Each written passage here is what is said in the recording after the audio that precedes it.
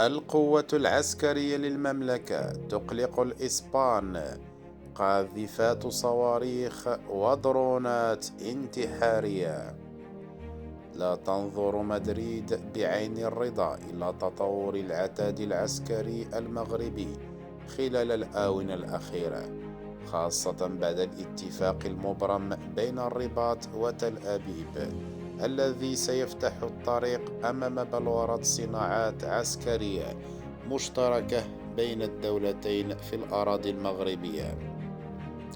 وسيظهر المغرب لأول مرة في عام 2022 بأكبر ميزانية عسكرية في تاريخ البلاد، وهو ما بعث إشارات عدم ارتياح للجار الشمالي إسبانيا، خصوصا وأن الأوساط الإسبانية تنظر إلى المغرب كقوة إقليمية، وحدودها مع الجزائر هي إحدى النقاط الساخنة في البانوراما الجيوستراتيجية في الوقت الحالي.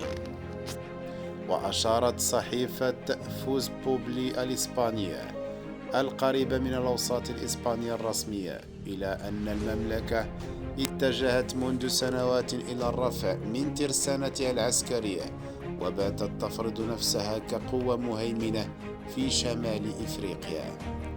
وعلى مر السنين الماضية عملت الحكومات المغربية المتعاقبة على الزيادة في الميزانية العسكرية، وتضمنت ميزانية 2021 زيادة بنسبة 30% في العام المقبل. ستتم إضافة 11% لتصل ميزانية الدفاع إلى قرابة 5% من الناتج المحلي الإجمالي الوطني.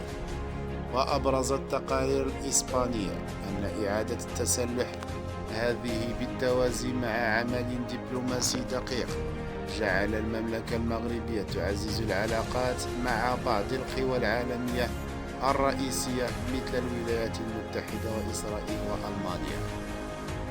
وذهب الكثير من هذا الإنفاق على الأسلحة إلى الشركات الأمريكية بعقود بمليارات الدولارات. وفي أكتوبر الماضي وافق البنتاغون على اتفاقية بين شركة لوكهيد مارتن، أكبر شركة لتصنيع الأسلحة في العالم، والقوات المسلحة الملكية المغربية لتزويد المملكة بنظام الدفاع الجوي للولايات المتحدة. كما وافقت واشنطن على بيع حزمة أسلحة بقيمة 4 مليارات دولار و250 مليون دولار للجيش المغربي، بما في ذلك 36 مروحية هجومية ثقيلة الوزن من طراز AH وغيرها من الأسلحة ومعدات الصيانة، بحسب ما أفادت به وكالة فرانس بريس. وأوردت التقريرات أن الإنفاق المغربي على السلاح وصل في السنوات الأخيرة إلى رقم 10 مليارات دولار.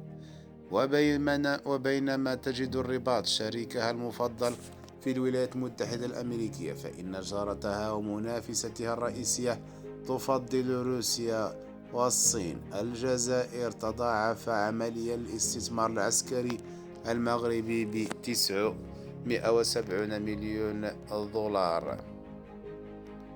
ويقترب الصراع في شمال إفريقيا من نصف قرن من الزمن، وشهد بعض أكثر لحظاته فظاظة في الأشهر الأخيرة مع قطع العلاقات الدبلوماسية بين البلدين الجارين المغرب والجزائر في الصيف الماضي، ونقل القوات وقاذفات الصواريخ إلى الحدود بينهما في نوفمبر. وأنفقت الجزائر 90 ألف مليون دولار بين 2010 و2020، فيما لم تصل الرباط إلى 36 ألف مليون يورو بحسب تي في 5 موند. وبالإضافة إلى زيادة الإنفاق الدفاعي، قامت الحكومات المغربية المتعاقبة بعمل دبلوماسي مهم.